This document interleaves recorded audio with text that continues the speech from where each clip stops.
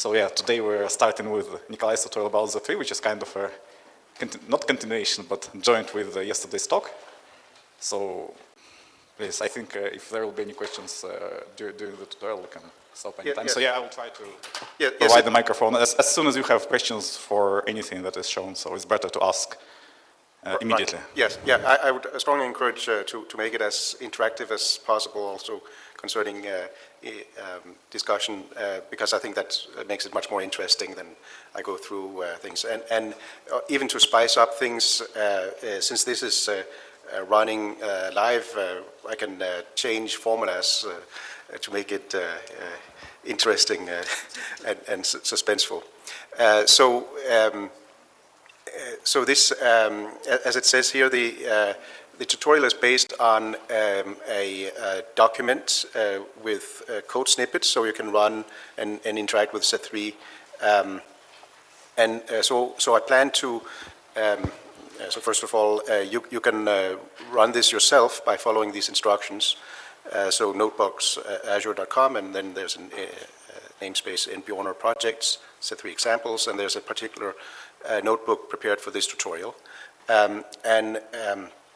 The topics I plan to cover is starting out with basic SAT and basic SMT examples, but for SAT I will do the SAT 101 or encoding of solving puzzles, as well as go through in detail solving Pebble games. So that's an instance of bounded model checking.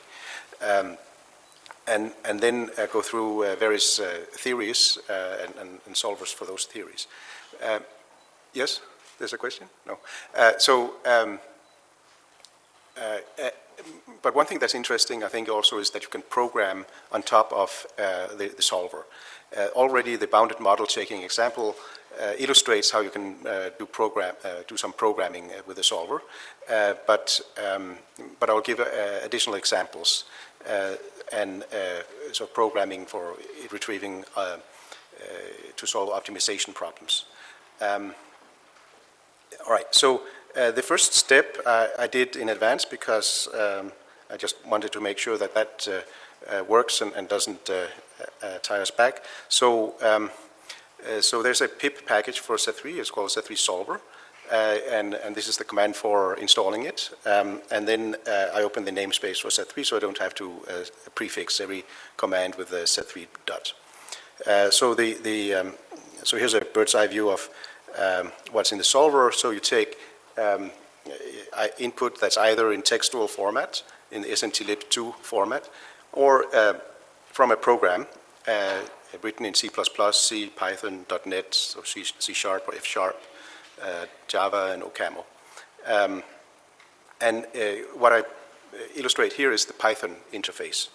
Then you can interact with an optimization module to solve optimization problems, or go directly to one of the solvers to solve satisfiability of formulas.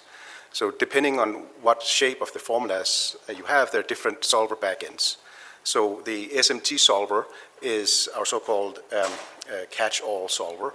It solves formulas that involve integration of different theories and quantifiers. But then so for more specialized fragments, we have additional engines. So the fixed point solver solves formulas that are in the Horn fragment. And what's particular about the Horn fragment is that you can encode symbolic model checking as solving Horn clauses. So the main engine behind the Horn fragment for when you have Horn clauses with integers is called Spacer. That was developed through an original solver in the fixed point for the Horn clauses. And so Spacer is part of a larger tool set called C-Horn that does symbolic model checking. NLSAT solves nonlinear arithmetic formulas, so the Tarski fragment. And there's also a dedicated SAT solver. So when everything is finite domain and propositional, there's no need to integrate theory reasoning. And for that, and in that context, one can write much more efficient solving that does in-processing and simplification of formulas that are otherwise not possible when you have background theories. And finally, there's a solver that I call QSAT, and that's specialized to solving quantified formulas. You can combine different pre-processing techniques or calling alternative solvers with tactics. I will not cover too much of the tactics, but noting that I have a sense that there's quite a number of experts around. So again, if you feel it's I'm covering too pedestrian or you want me to cover something that I'm not, just call me out and we can take it from there. Yeah, I have a question, Yes? not a question, but a comment. When we were using the tree from Swace is written in Java, so the first thing that we have actually tried is using Java APIs directly. But that turned to be less reliable than just generating essentially formulas and feeding in the process. Because I remember that something was crashing the other way. So the general question is, how do you feel like the bindings are tested and exercised as well as the other inputs to the solver, so or it may be like uneven or something like that? The most exercised API is the Python, and then the Java. Well, whenever there are issues or bugs with these bindings, I file a bug and I fix those. And but there are. Say what makes the text API appealing is that your point of reproducing a call is based on a text file, and there's minimal setup for a text file. If you use Java or some other programmatic API, there's all kinds of dependencies until you make the connection. So it makes the engineering much more complicated from reproducing scenarios and issues.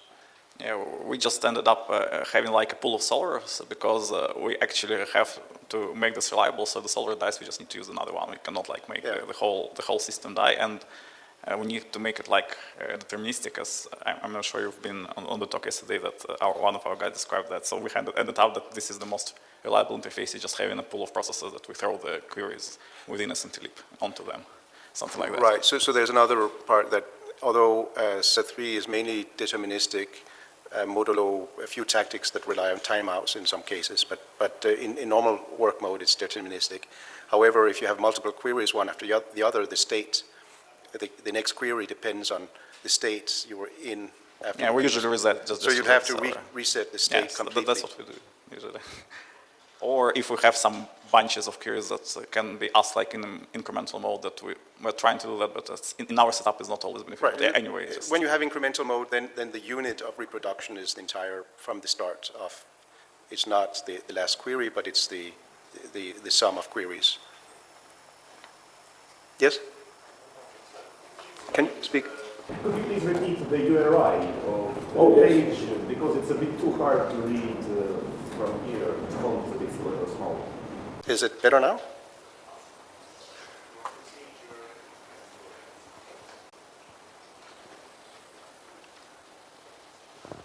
Yes? Okay, so let's see if we can wear a tie. Propositional logic.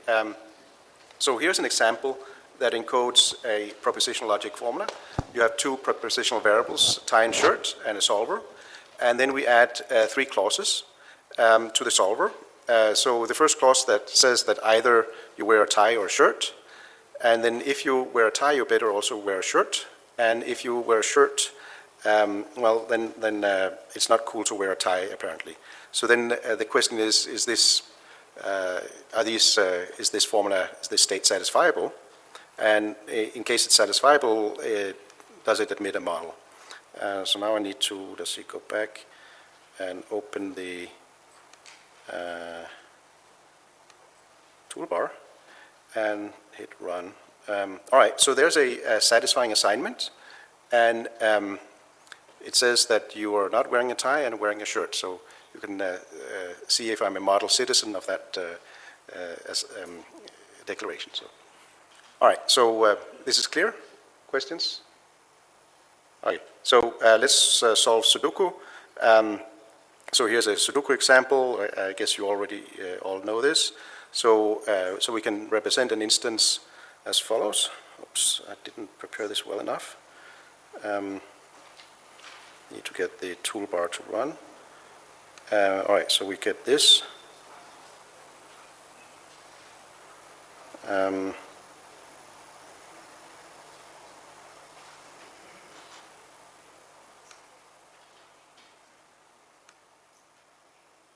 So the first part that happened is that I created an instance, and then I say what it means to fill out assignments on top of an instance. So an assignment X is a matrix of integers. That's what the first line says. And then each of the cells in the matrix must be integers between 1 and 9. So these are the assertions that say that. Then the next one asserts that each row have to comprise of distinct integers, as well as each column. And then within each subsquare, 3 by 3 of the 9 subsquares, they have to also have distinct integers. So that's encoding this. So the main points to notice with respect to set 3 syntax is that here we have integer declarations. Okay, that probably goes to the wrong machine, but and then in the declaration of the cells, you can define the less than predicates, less than equal to predicate conjunction. The distinct predicate takes a tuple of variables, and it's true if there's an assignment where all the variables have different values, or all the terms have different values. So these define the Sudoku constraints, and then we can also create constraints for an instance. So for every cell of the instance at position ij that's different from 0, we require that the value of the variable xij agrees with the instance. So whenever we had 0 in the instance matrix, we don't have any constraint on x. So that's an encoding of Sudoku. So in this case, we can then apply a solver to check for satisfiability and print the satisfying instance here.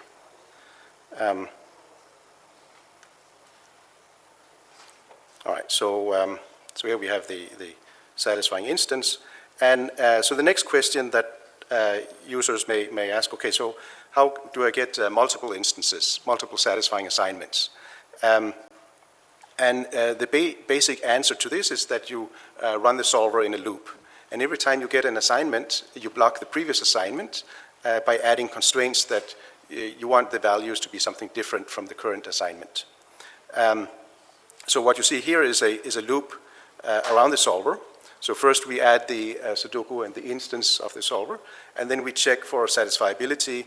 I added a bound on how many times we're willing to check for satisfiability, because there can be many satisfying models.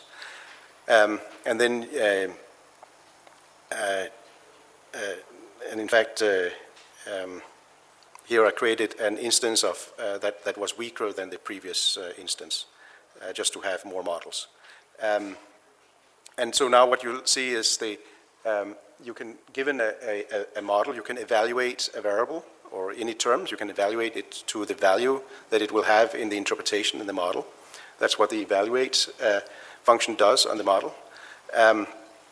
And then, so that will produce an integer, and now you can state the constraints of the model to be equalities that the variable xij equals the value of xij in the current model. And to block that current model, you then assert the negation of all these equalities. So now the next model will have to violate at least one of the equalities from the model.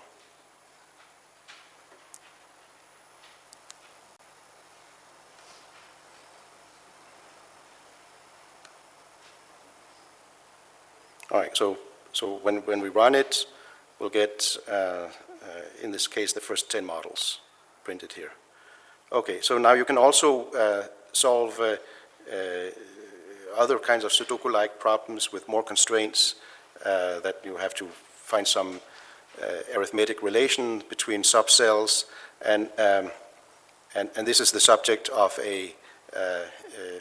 of the musings of one user who's introduced himself as a retired 75-year-old physicist who discovered Jupyter notebooks and introduced me to those.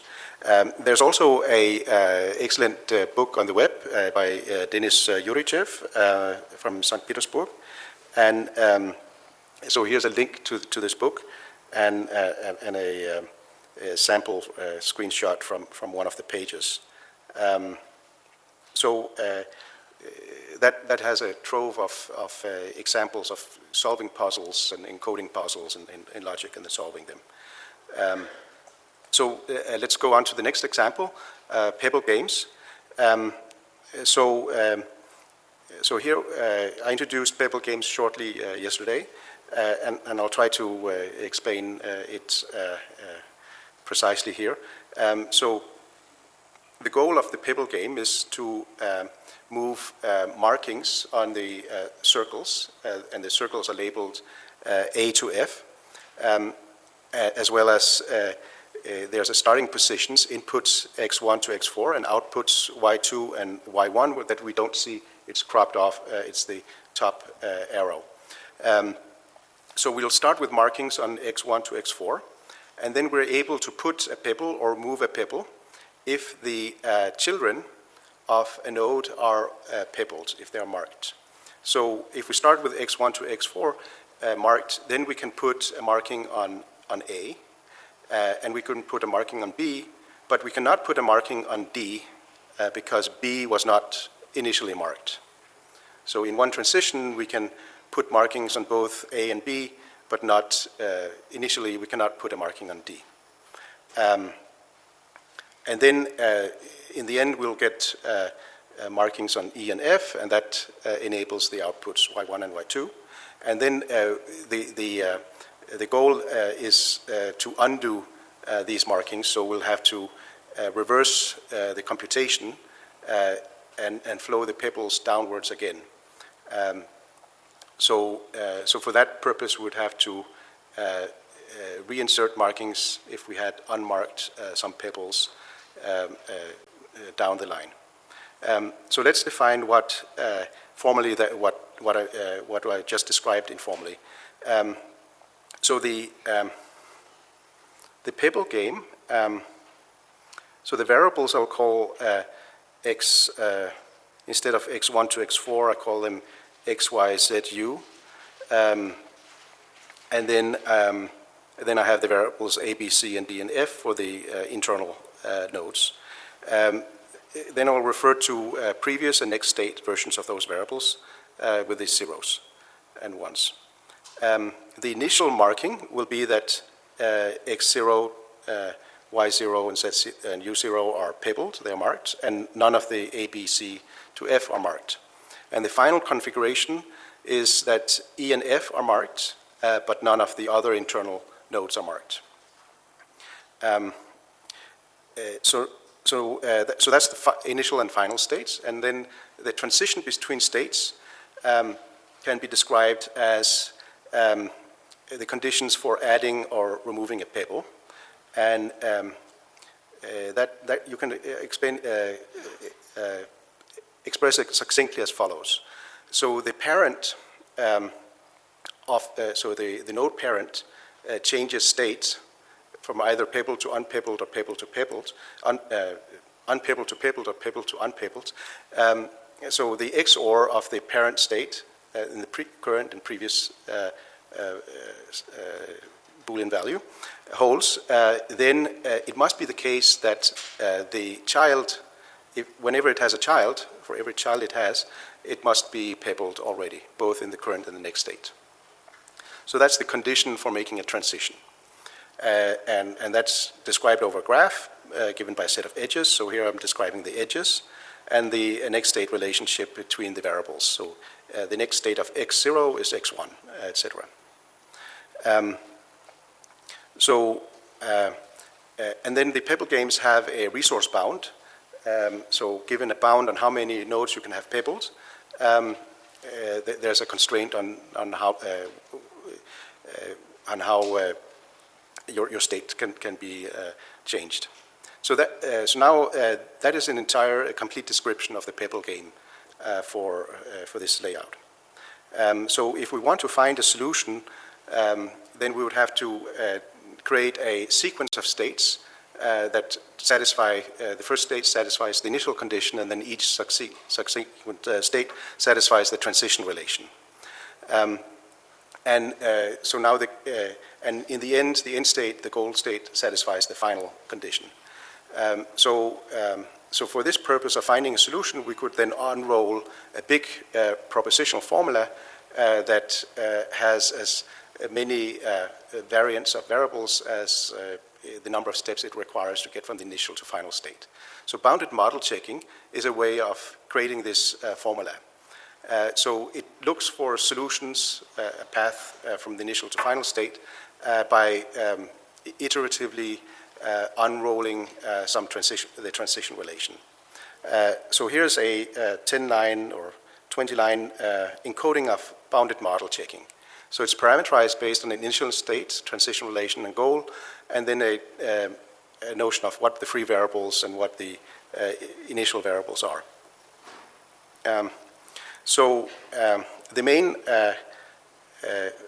way that the bounded model checking works is, well, we add the initial states to the solver, and then in each iteration, we see if the goal can be reached, the goal is feasible. So we toggle the goal by creating a fresh propositional variable here called P, and then add a constraint that says if P is true, then the goal must hold. So now we check satisfiability of the current unrolling, assuming P. So that's what the sat check does here in the top. So P is passed as a parameter to the check sat call, and so feasibility. So what it means is that we're checking feasibility of the solver state plus assuming this predicate P. And okay, so if that's satisfiable, if we're done.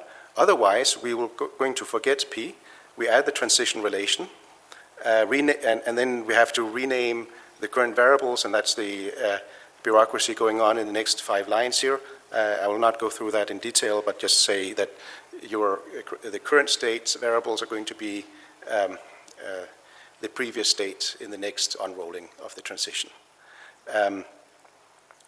So in terms of what we needed from the solver was what we added the initial condition, we conditionalized adding the goal based on some indicator variable, and then when the goal wasn't met, we added the transition relation, unfolded it, and iterate. And then we can do bounded model checking. So let's try that. So there's a bunch of cells that didn't run yet, so I'll run these in order. Run.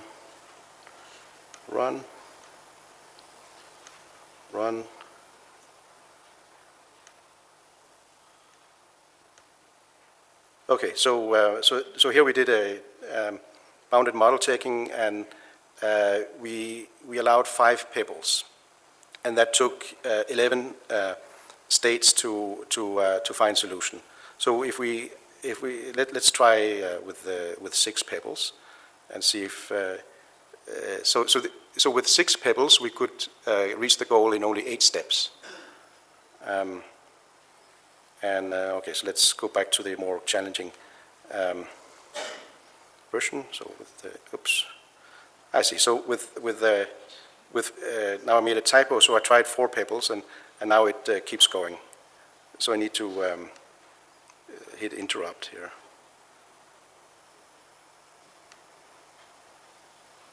Hopefully you can interrupt.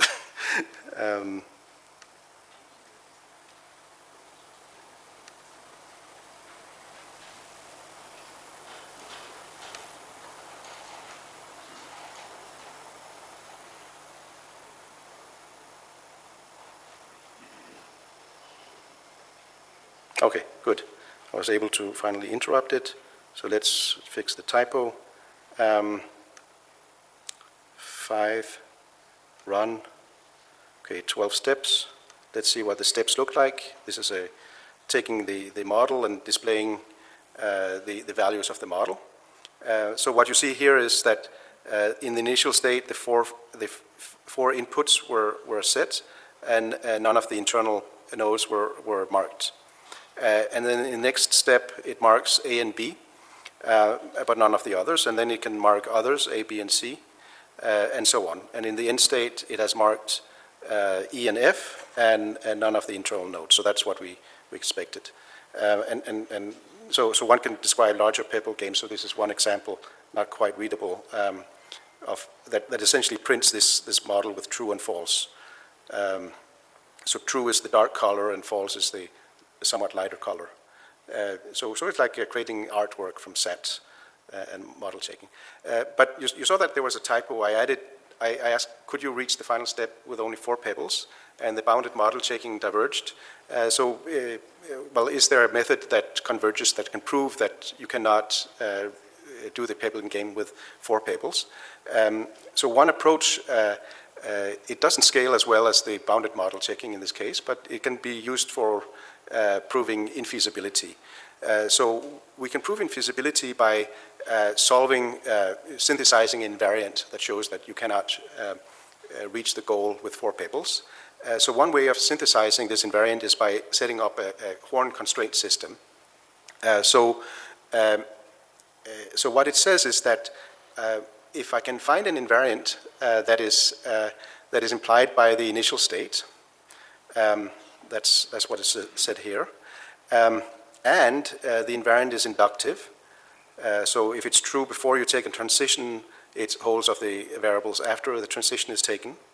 And finally, the invariant establishes that the goal hasn't been reached. Then you have proved that it's impossible. There's no strategy for reaching the pebbling, winning the pebbling game. So one way of solving these invariants is to invoke the Horn clause solver. Here I'm declaring I want to use the Horn clause solver because I know that I'm going to pass in only Horn clauses, and then use that as the checker. So let's see if it works.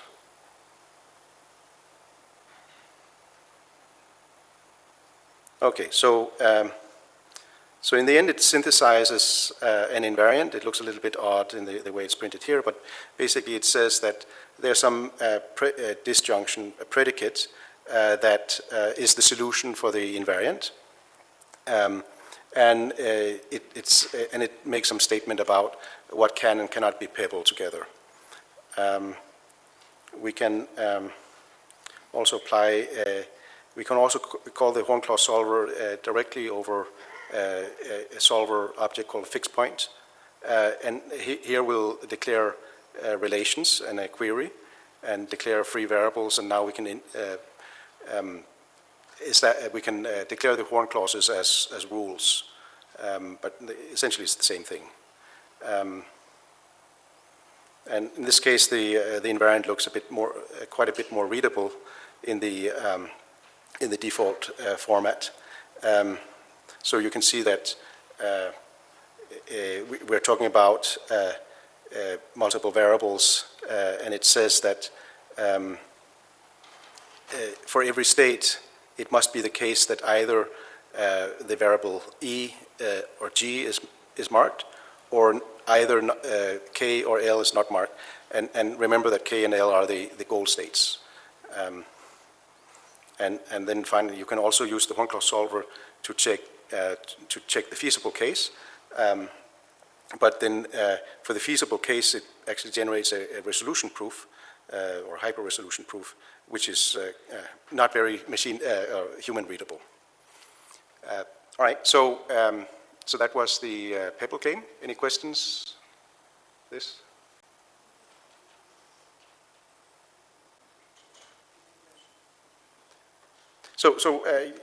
But please again ask questions or interrupt. It's much more fun. Now I'll move on to the SMT part. So describing different theories and using formulating logical formulas that integrate these theories. So our basic example or hello world example of what is SMT is is a formula that integrates arithmetic, array theory, and an uninterpreted function. So what we see here is in this example, we define an integer sort set, a free function f. So f maps integers to integers. X and y are integer variables, and a is an array that maps integers to integers. And the formula that we're checking, that we're proving, is if x plus 2 is y, then f of something on the left is equal to f of y minus x plus 1. And what you see is how we use the array theory. We access an array with square brackets, similar to you do in a programming language, and we update arrays with a store term constructor. And then the Python binding has a built-in proof command, and you can call the proof command to prove validity of the formula. Now, a basic thing about proof is that what it does under the hood, it checks that the negation of the formula is unsatisfiable. So the main entry point to satisfiability modulo theory solvers and SAT solvers is you give a formula and it checks whether the formula is satisfiable. And the beginner issue is typically, well, if I want to prove that a formula is valid, that it's true under all interpretations, what do I do then? Well, the answer is you just negate the formula, and when you have established that the negation is unsatisfiable, then the original formula is valid. Okay? All right, so there are a number of S&T theories that have various degrees of support, and I'll start with the uninterpreted functions. So the theory of uninterpreted functions, we had an example in the introductory Hello World of S&T. So reasoning about the uninterpreted functions amounts to building a model for equality reasoning. So that's called, the decision procedures use union find algorithms and congruence, so-called congruence closure. In the end of this tutorial, there's a more detailed description of integration of congruence closure. I don't believe I'll get to this, but it's part of the material you can skim over. What I want to spend time on is more, say, the interactive experience. So what this example says is that, okay, so I have a unary function f, and I assert that f applied to a constant x twice equals x, and if I apply f 3 times, it also equals x. So we can check whether this is satisfiable. Yes, oops.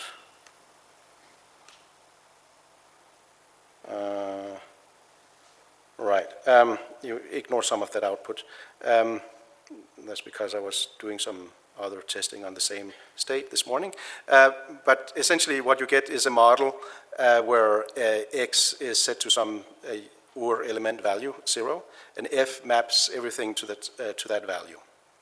I'll just ignore that.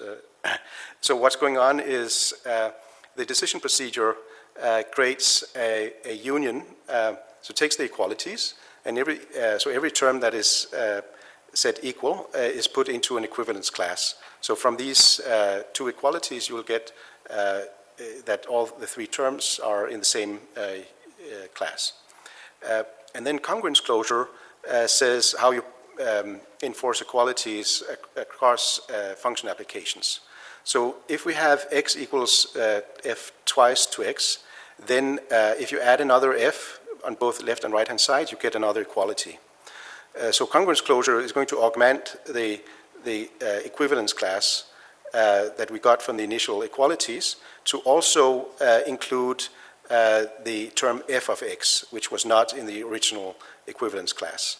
So now, at this point, we have a full classification of all the subterms that were used in the original problem. So f of x is a subterm of f of x, and there are no other subterms. So that's what congruence closure does. It also implies other equalities. So for example, if you have f 4 times to x, then that term is also implied to be in the same congruence class, but that term doesn't appear in the original problem, so we are not, the congruence closure algorithm is not going to create that term. But what we can use the congruence closure for is to check whether it is possible that such a term would, or whether some disequality would be admitted. So we can, for example, for starters, check whether adding the negation of f of x and x is feasible. And of course it's not. All right, so going on to arithmetic. The solver can check Boolean combinations of arithmetical constraints. And here's a basic example of that. And again, ignore the junk below, but basically it finds a solution to x and y that satisfies the collection of constraints here. So what does it do under the hood? Based on this example, for every compound arithmetic term, it will introduce a slack variable, or say a name for it. And in this example, we had two different arithmetic terms. We had x plus y and we had x plus 2y. And then it takes the original Boolean formula and reformulates it as a Boolean combination of inequalities where you have a constant on one of the sides and a variable on the other side. And all the arithmetic is defined as a matrix of equalities. So what you see here is the same example rewritten with the slack variables, S1, S2, and the Boolean combination of arithmetic now only uses bounds. So the next step is to bring these. Yes. Can you tell please? Can we prove inductive invariant for infinite sets?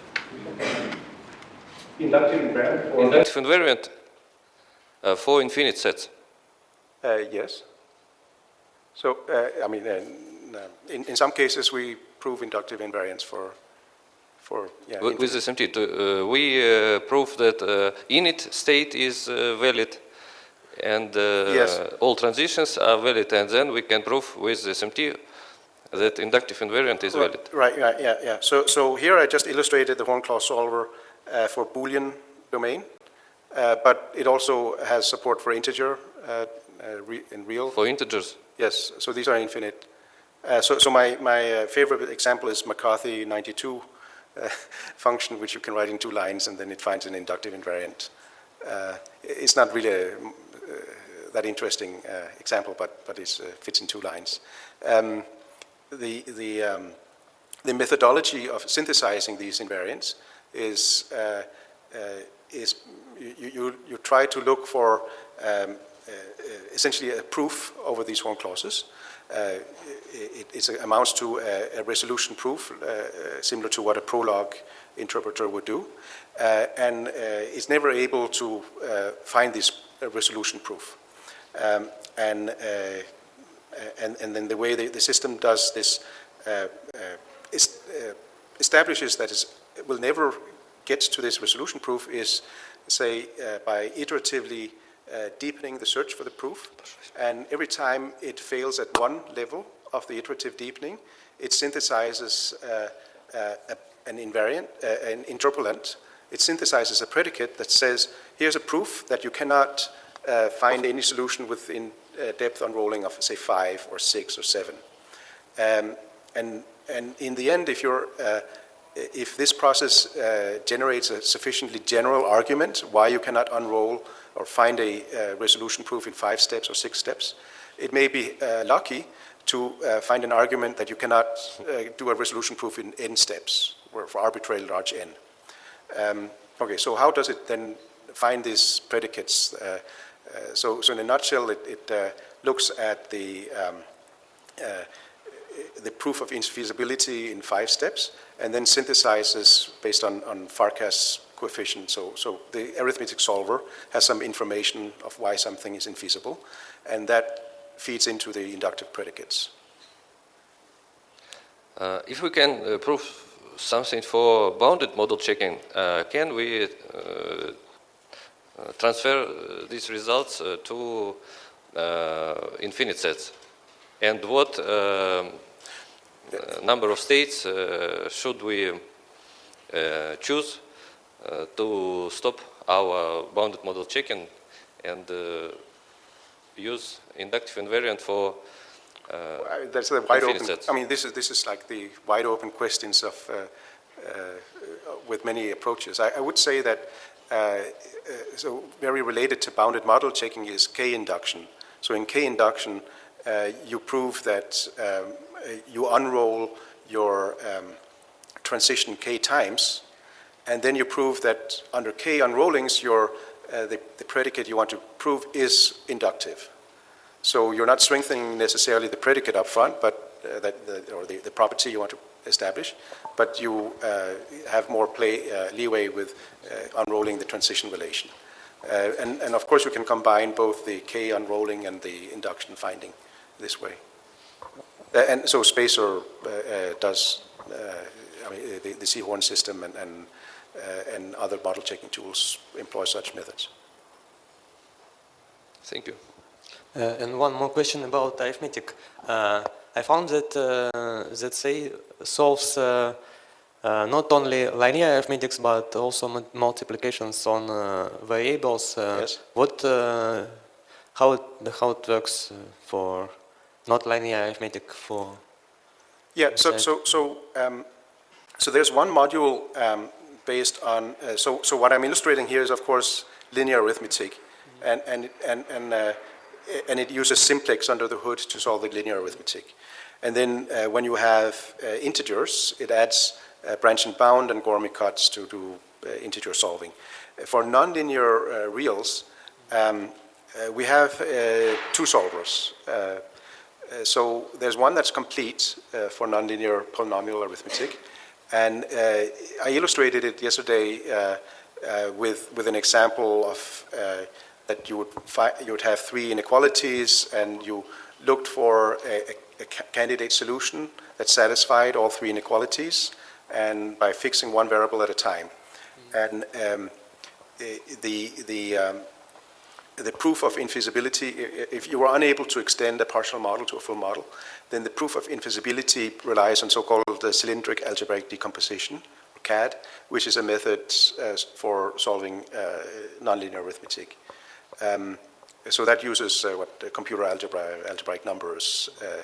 The other method for solving nonlinear arithmetic is uses incremental linearization. So you can imagine that you have a polynomial and you have, say, a candidate assignments to the variables, and they don't satisfy some inequality. So at those points, the polynomial will have a derivative. You take the derivative, that lowers the degree of the polynomial. You can even do, the derivative will be a linear function. And those linear functions will also be infeasible at some boundary, at some interval of values. And then the incremental linearization will eventually give you a linear proof of infeasibility. So it feeds down into the linear solver. Okay. Thank you. There are other tricks. There's interval arithmetic and Grabner basis. So it's a bunch of tricks under the hood.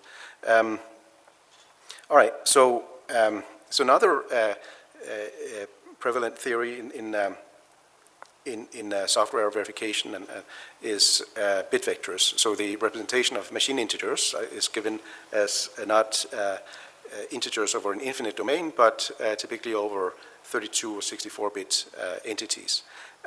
So here's a small example illustrating the theory of bit vectors. So I'll have a bit vector of size 4, and then a bit fiddling trick to check whether a given variable is a power of 2. And the trick says x is a power of 2 if it's not 0, and if you take the bitwise AND of x and x minus 1 in two complements of arithmetic, then that bitwise AND is also 0. So that will only be true if x is a power of 2, and we can verify that property by proving that this predicate is power of 2 that we just defined up here is equivalent to the disjunction where we just enumerate the powers of 2 explicitly. Okay, so that's this example. Okay, that proved. You can say the absolute value of a variable is you can say computing the absolute value in two complements in this fashion can be rewritten as another bit fiddling trick. And now you can ask whether that really computes the absolute value of a variable in two complements.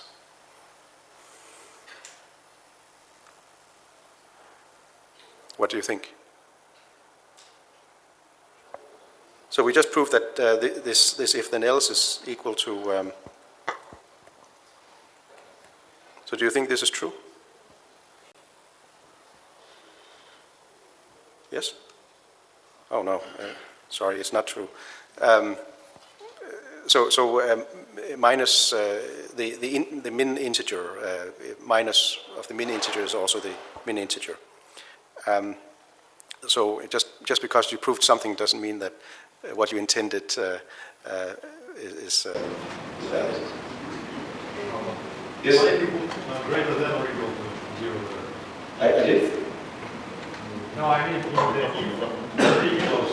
Oh, sure. Condition. So am I right greater than or equal to?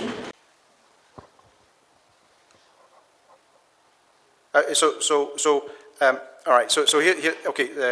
You make actually a pretty good point. When I print out the bit vector, I print it as an unsigned number, but the interpretation, the standard interpretation here is as signed. So basically, the output isn't really intuitive in this case. Yeah. Sorry.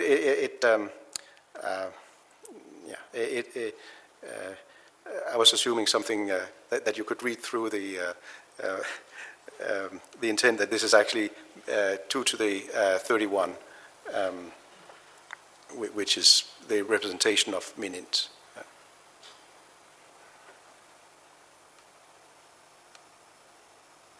Okay, so algebraic data types is an example with a binary tree, and we can test whether there's a tree that's not empty, and then we can prove that no node is a part of itself, and so on. So algebraic data types is similar to ML data types. So I will have a few more minutes left and go through a few more theories. So here's floating points. You can see that x and y are defined as small floating points with 3 bits of significance and 4 bits in the exponent.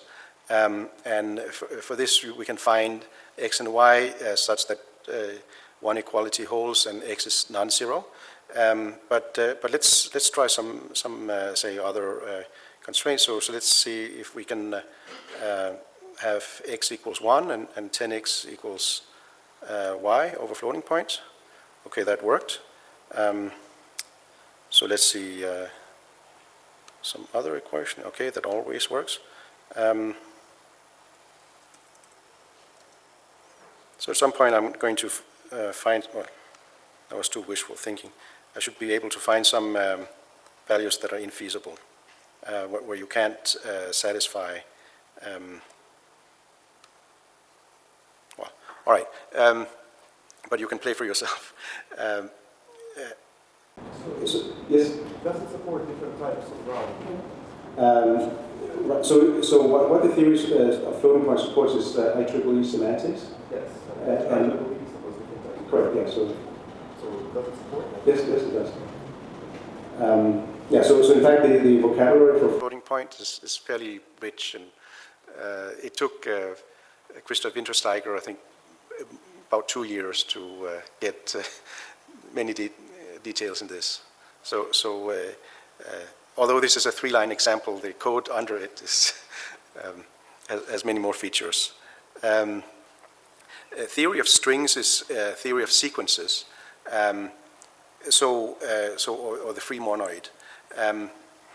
So the most standard notion of strings is that you have characters from the alphabet, and then you build equalities between variables that can be instantiated by strings.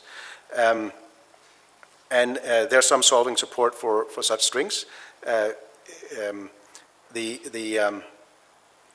So when the character sort ranges over ASCII, we have a type called string. Otherwise, there's a sort constructor called sequence, and it takes the sort of the character, and you can build sequences of such sorts. In this case, I'm creating, I can prove that if S is a prefix of T, and U is a suffix of T, and the length of T equals the length of S plus U, then T has to be necessarily the concatenation of S and U. Now, of course, if we have S is greater than the length, then that's not going to be true. In this example, I created a sequence sort of integers, a sequence of integers, so S and T range over a sequence of integers. And then I can find a solution to a sequence of, every sequence will have a length at least 0, so this is vacuous. But we can change the length requirement here and see if we can find other kind of solutions. Right, so if the length has to be at least 2, then we have a different kind of solution. If the length has to be at least 3, then we have another kind of solution to S and T here.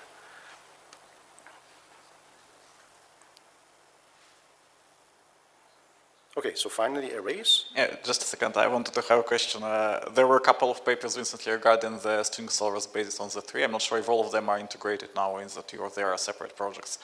And why we're interested is then in our analysis, when we want to have something like buffer flow checking, which sometimes we try to reason only about the string length, but sometimes it's not enough just because we need to understand, for example, if there is some character in the string, then it implies that the string length will be at least this or something like that. So just what happened recently in the tree around this area is... Sorry, you'll have to repeat. So you're asking about the state of... Can you reason more deeply about the contents of the string? And, the example is... The example is something, if there's a call like if like character A, like if character A is in the string, and then there's some conditional, like we have in the code that's guarded by this one, then we need to imply, for example, that the string length is at least as much as like the returning pointer minus the base or something like that. So in our current work, we only try to reason about the string length functions, so we don't model contents in any way. But now we have to have at least the limited things for modeling the contents. So first of all, it may depend on your domain whether you really use strings or you can use some alternate encoding. Say if you are dealing with a memory segment, then the notion of length and the contents can be encoded in different ways. But for the theory of sequences of strings, the procedure reasons in the combination of length and the content. So you can, if you can write it in this formalism, then the solver will attempt to find solutions or refute it. Okay, thank you. Yeah, so the comment is maybe sequence theory, it's suitable for some set of problems, but not necessarily all kinds of problems. So here's an example with arrays. You can create equalities between array variables, and the solver will find solutions for these variables. I'm sorry, may I have one more? There was a sort FP for... Floating point? yeah, for a floating point, is it works well for 64 bits? Floating points. You can write 64. You can write down. I forgot how many bits are used in the 64-bit. I think it's something like this. And I even think it has some predefined name, so you don't have to write it down in this low-level format. Yeah, but my this solver question is if there are some problems with more bits, is it fast enough? So it doesn't scale that well. The underlying there are two paths to the underlying solver. One path is when the constraints are purely floating points or propositional. Then it uses a SAT solver. So it blasts everything to SAT. Yeah. So the number of bits used to represent the floating point number is going to translate into propositional variables. Now the other solver will also use the same representation. It blasts the bits of floating points into bits, but the other solver that doesn't use the standalone SAT solver can reason about converting floating points to reals and some combinations of theories. And that is even less practical than the SAT-based solver. Thank you. Do you want to do translate, not interpretation? Translation? Translate.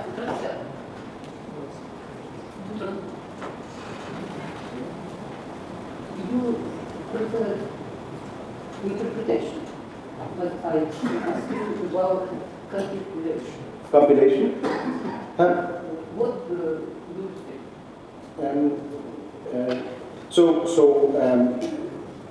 There's so the symbolic solving itself has so to do symbolic solving. We do invoke algorithms that do on-the-fly compilation.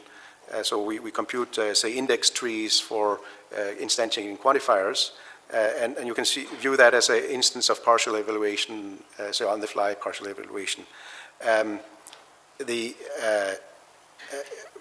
To say a different take on your question is whether Z3 has any direct use for synthesizing code. Not directly, but only indirectly. It may be used for synthesizing code by invoking the solver. So these would be the answers to that question. Okay, so let me finish off with quantifiers. And this is an instance of using model-based quantifier instantiation to reason about pointers. So in this case, there's a little puzzle. We are declaring a pointer sort, and then a reference is a function from an integer to a pointer, and a dereference is a function from a pointer to an integer. And then we can say something about your state of your heap is that whenever you have two numbers between 0 and n, then when you take a reference and dereference of those two numbers, they're also ordered. So that's what this assertion says. And then we can say there is a point B0 that is not the reference of any number between 0 and n. And then finally, we can say we create a new heap. Say the program makes some step where it creates a new heap with a point that has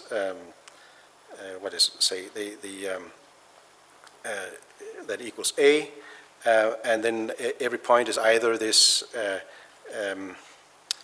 fresh point P1 or is the dereference of the new heap. And in this case, the new heap is not necessarily going to be sorted, so we can establish that. All right, so just run this and this.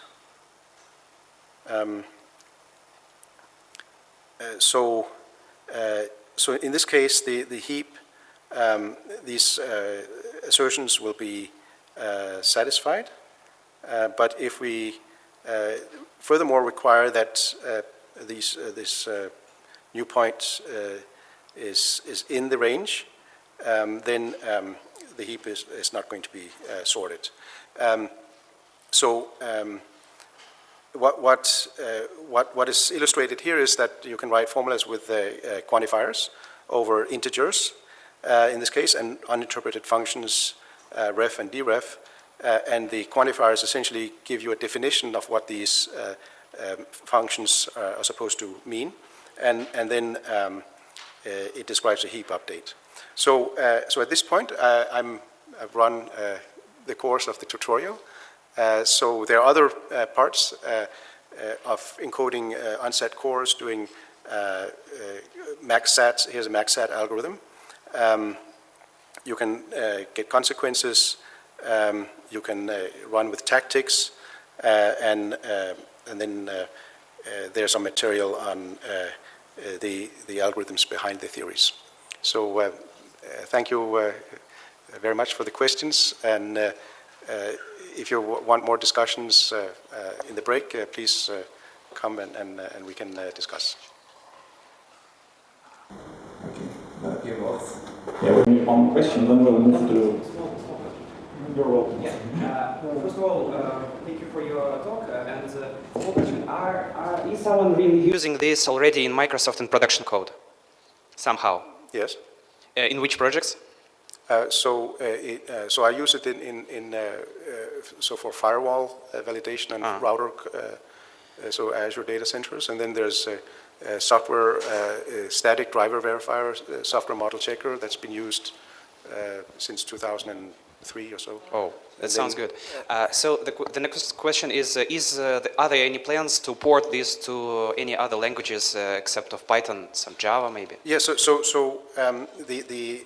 I just illustrated using Z3 through Python because I could run it in the notebook format. But as you see here, you have different programmatic interfaces that include, say, mainstream languages. Okay, so we have all APIs on all these languages: C++, Python, .NET, and Java. Yeah. Yeah. So good. And I haven't seen any performance metrics. Are there any benchmarks already regarding your library that you have created? So Python interface is very inefficient. So when you want efficient interfacing, you go over C++. Yeah, I understand. But do you have any metrics for that? Have you created any benchmarks and tested performance of your library? Well, yeah, we tested the performance. I mean, it's pretty clear that you do the small the Play-Doh modeling with Python, and then otherwise. So Nuno Lopes uses the C++ API. He has his own C++ API, and he uses that from the Alive tool, which is for LLVM compiler verification. And there he measures the performance of. It comes down to creating the cost of creating subterms is say an overhead for him. Okay, thank you. And I wanted to ask about your example with IEEE floating point. It seemed to me that the results of the solver are a bit off. Oh. I don't know, maybe I misunderstood something, but...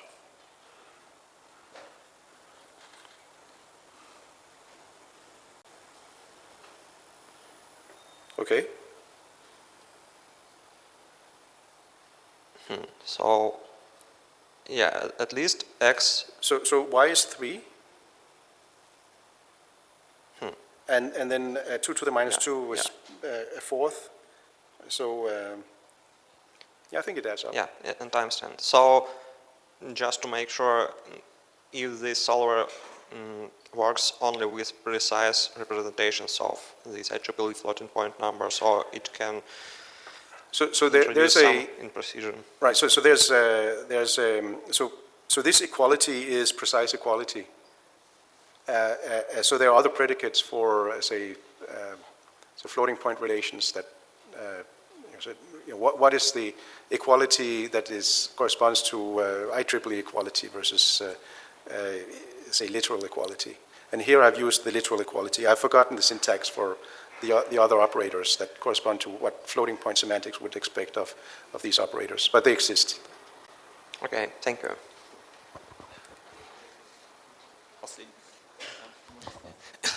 And my question is a little bit is about extension of support for new theories in Z3. Yes.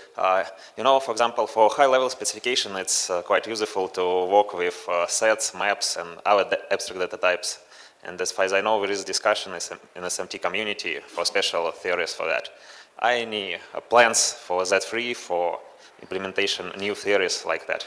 So maps are essentially applicative arrays is a map. So the array theory is your default map theory of maps. Sets, we have proposed that you use arrays of booleans. In many cases, arrays of booleans give you enough for dealing with sets. When the case where they don't give you enough is when you have cardinality of sets. And yeah, there are some initial support for cardinalities of arrays of booleans. So the cardinality operator of an array of booleans would correspond to the cardinality of the finite, when the array has a finite number of values where it maps to true. Okay, and so no any plans for any new theories in SMT?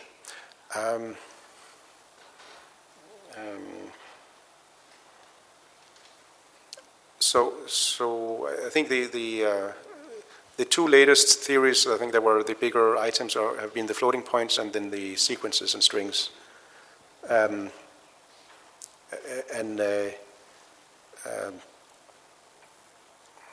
There might, so it really depends on where the main use cases, if there are good use cases for some specific theory, but yeah, I don't know which would be the ones at this point. Thank you very much. It seems last questions, but important for me. Does exist any relation between Karl Zuse computer and the name of your tool? No. So there was a solver called Zapato developed for the static driver verifier, and then Madan Musavati and Shuvendra Lahiri created Zapato 2, and they called it SAP 2. And then Leonardo de Mura and I started a new SMT solver, and the question, okay, what do we call it? We call it something with sets, SAP 3, or we just call it Z3 to make it even shorter. So that was the story. Okay. Okay, thanks a lot. Let's thank the speaker, and we can discuss more during the break. Thank you.